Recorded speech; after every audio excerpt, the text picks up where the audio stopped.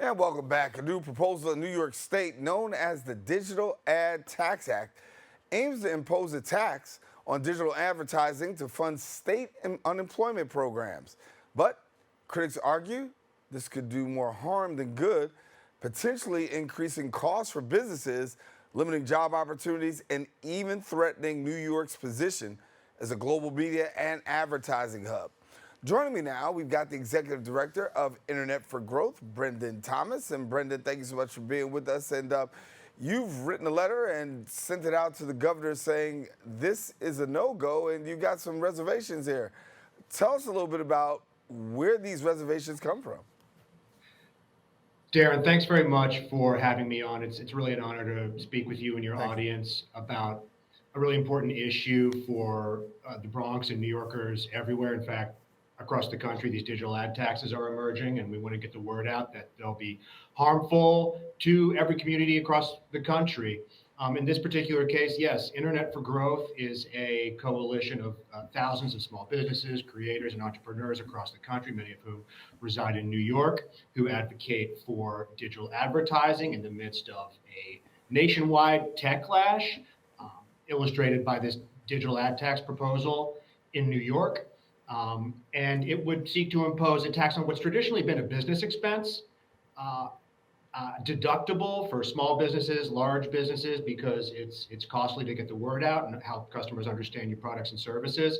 And so, yes, we wrote a letter to Governor Kathy Hochul, who is now considering a digital ad tax that would affect companies. Just to be clear, larger companies making digital ad revenue over $100 million. Now that sounds like a lot, and it is, but these are very large employers in New York. They employ a lot of people in, as you said, this media hub of New York. It's a very important industry, not only media and advertising. But then, of course, there's a lot of large companies that provide advertising opportunities to small businesses, and advertising also funds the creator economy. And so we're warning the state house and the governor that this digital ad tax on what people may think are just very large companies or companies like Google or Facebook, et cetera, are going to affect your average New Yorker in ways that the policymakers aren't considering right now. So when we break down the digital ad tax, for somebody who doesn't know, say, put it in layman's terms, how does it work and how does it affect companies? Well, look, it's a tax. It's a tax on business. And a huge business in New York. 19% of all advertising jobs nationwide are in New York City. But it's not just the advertising industry we're talking about here. It levies a certain percentage of tax for a certain amount of revenue derived from advertising. But again, advertising has traditionally been a business expense. So it doesn't matter if you're an advertising or media company. This tax is going to hit you. You could be selling hubcaps. You could be selling anything at your corner store. You could be selling products and services, and anything you could be selling online, especially in today's day and age where digital advertising opportunities are more accessible than ever. It's going to affect your bottom line. We have to remember how far we've come as an economy and a society where previously it was very difficult for a small business to advertise. Television's too expensive, radio's too expensive, direct mail. And you may be able to do these things on a small scale. Cable came along, et cetera, but now, if you're a small business, you could spend dollars a day just to get the word out about your business and your offerings. I mean, let's take the Bronx, for example. It's a small business hub. Most of the businesses in the Bronx are small businesses. Internet for Growth is a small business coalition. These are the kind of people we advocate for. If you're a small business in the Bronx, let's say you sell the best chopped cheese in New York City and you want to advertise that to your potential clientele in your community, typically you would do that not on radio or television because you'd be missing your core audience, but you do that on a very targeted scale on a social media platform, on YouTube maybe, Instagram, Google, and you could do that at a very refined level, save a lot of money, and reach your core audience. But this tax is going to tax the companies that help you to do that, and the costs are going to trickle down to you, the small business owner. Yeah. The creator economy. When you talk about being that creator, a lot of people say it puts the creator economy at risk. That's the flip side of the coin here. So most of the online access you have right now could be through some of the larger web browsers. It could be through some of the larger media platforms. You're getting email, um, and you're getting free content and news and information and entertainment and media as a result of advertising. I think people aren't aware that the creators and the influencers that are so popular, especially among younger generations these days, earn ad revenue to make a living, and this is what makes the content free. This is why um, you can just log into your account at Facebook or YouTube or Instagram or any number of competitive companies and get free content, personalized advertising, personalized just to you instantly and free. And that's funded by advertising. So there were a lot of individuals and small creative companies, television, video, audio, streaming, podcasts, art, music, that make their money from advertising. And this is going to reduce the amount of revenue that these individual creators can earn because companies aren't going to be able to advertise as effectively as they could have. They're not going to be able to put as much money into advertising because there will be taxes. And so small businesses are going to have to pay more, but then everybody's going to have to pay more for what's now free access or ad revenue. Yeah. And if people are watching right now, it is Senate Bill S-173 on small business. It deals with definitely the tax. And as we've got Brendan Thomas, who's here, the executive director of Internet for Growth, talking about why this bill definitely needs to fail. So the common question on the hearts and minds of people are, okay, say that we don't do this. We know there needs to be some economic recovery in this area, Right. and you got to make some things happen. From your perspective, how do you go about making it happen without doing this? Well, look, if you're an entrepreneur these days, I'm sure there are a lot of people in your listenership, your viewership, who are entrepreneurs, small businesses. A lot of young people want to go be influencers. If you're starting a company today, any kind of company, the world is your oyster because of digital advertising, really. And that's one of the fundamental things that you can do to start a simple business online, direct to consumer, media oriented, service oriented. It's one of the best things that you can do. And that's why it's been a business expense. So certainly do not pass a digital advertising tax if you want to create jobs at New York businesses, the majority of which are small businesses, especially in the Bronx. I have to say the Bronx is a minority majority area. And just to compound the issue here, there's been no better tool that breaks down economic or geographic barriers than the internet, which is ad supported.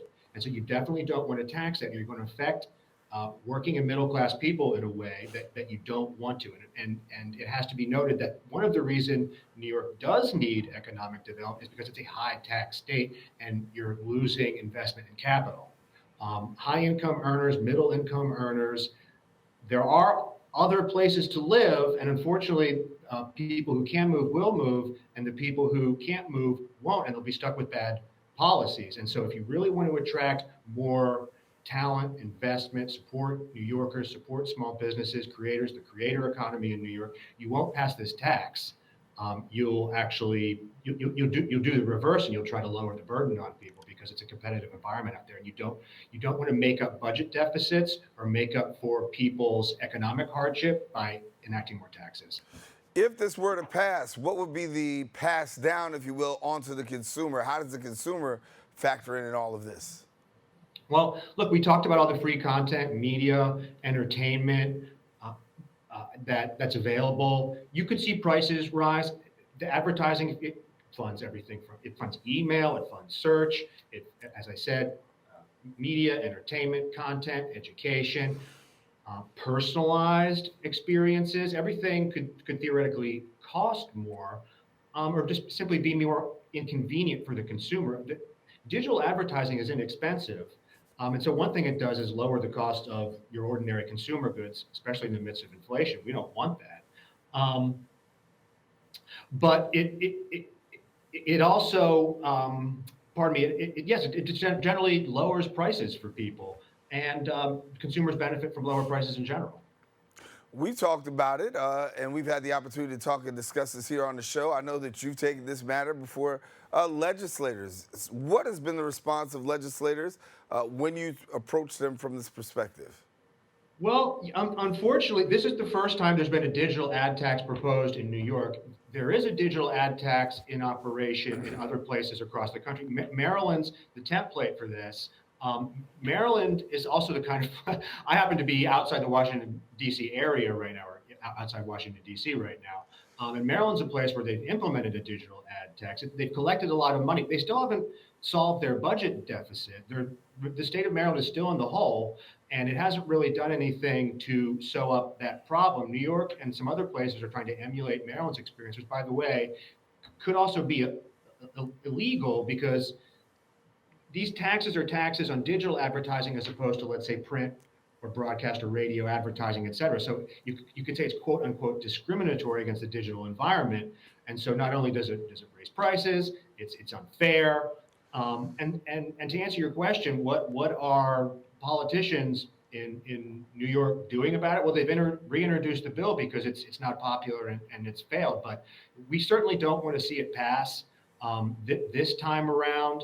And just simply because it's going to raise taxes, it's going to make New York uncompetitive, it's going to hurt small businesses, it's going to hurt the policymakers' own constituents, and we just really want them to listen to this issue. I think part of what we're trying to do here with you today is make the internet and technology and digital advertising a kitchen table issue in a way that your community understands, because everybody in the Bronx relies on digital advertising writ large for email, content, marketing, advertising, communication, speech, creativity, commerce. And if we describe it in these ways, I think people in Albany will understand better exactly what they're dealing with. Yeah, I mean, certainly you've cleared up a lot for those people who may not be so familiar. I think for somebody who's just introduced to it, they have the opportunity to know how digital advertising actually plays out, the emergence of it, and now possibly the potential consequences of going to a tax that could affect even the average everyday consumer. And I know we're talking about the price of eggs these days, but Correct. when we're talking about the price of eggs, look at some of these things that are going on. It's just another add-on. When you talk about now, I've got to deal with some more by way of money that goes out of my pocket into taxation. Eggs advertise. Yeah. So. Good. No, you take it away. I'll jump in after. I was just going to say, and something personally relevant to you. Look, you're a media impresario. I understand you're a pastor. You are involved in social justice issues, improving your community. Churches, activist organizations, nonprofits, they all advertise too. And these are groups that really need to make a dollar count. And so it's not just small businesses and it's not just big businesses, it's civil society, and everybody's invested in an outcome of digital advertising issues in New York, which is a media and advertising hub and should not destroy a leading business in the state. Yeah. So where do we go from here? I mean, if you're putting the clock and the calendar out, where do we go from here? I think the legislative session lasts for about another month. I'd have to check the status of this precise bill. I believe it's still under consideration. Look, it hasn't gained the traction I'm sure its sponsors would have hoped throughout its time in the process.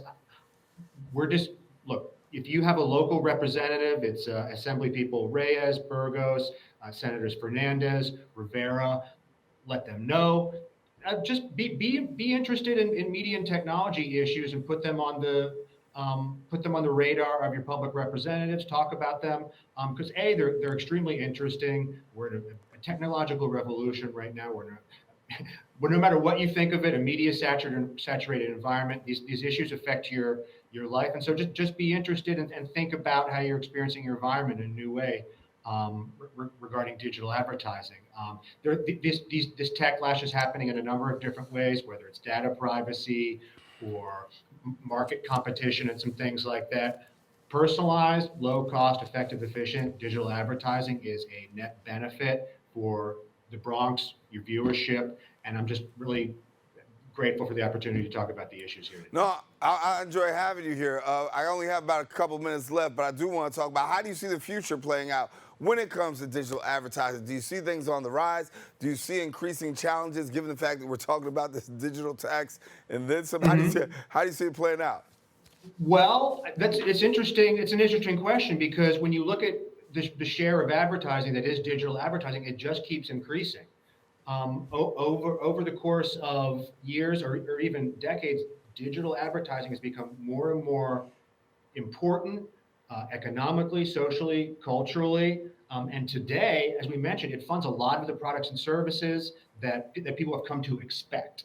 Um, they are the ad supported internet is ubiquitous in our lives, whether it's on the street, whether it's in your home, whether it's in um, you know streaming audio, social media.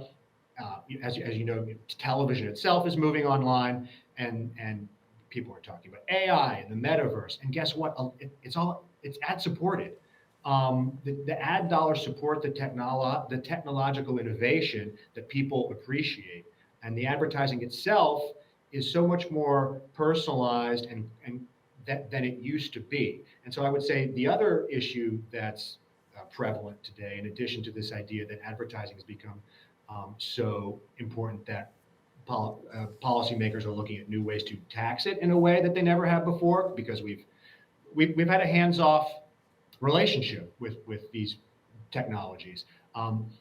But the personalization aspect of advertising and media and marketing and content is becoming more possible and also more controversial. But it's how people communicate. For instance, if we took the example of your show or your interests, you might, if you are involved in your church, you might want to advertise your church to your local marketer, people who are interested in your denomination. Pardon me, I think that's the right word, denomination. Right.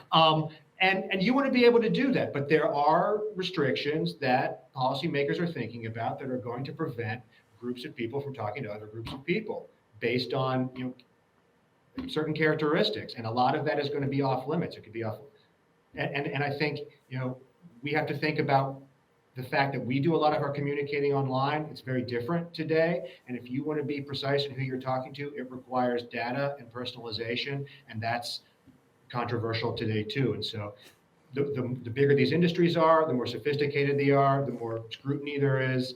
And let's just all be aware of the issues, because ultimately these are important industries. Definitely. And we got to stay connected. So please, if you get some more information, let us know how this bill goes. We'll be following it. Senate Bill S-173 on small business right here in New York. As we said, Brendan and family have definitely sent a letter to the governor letting her know that they definitely oppose this. And we will see where it goes in the legislature.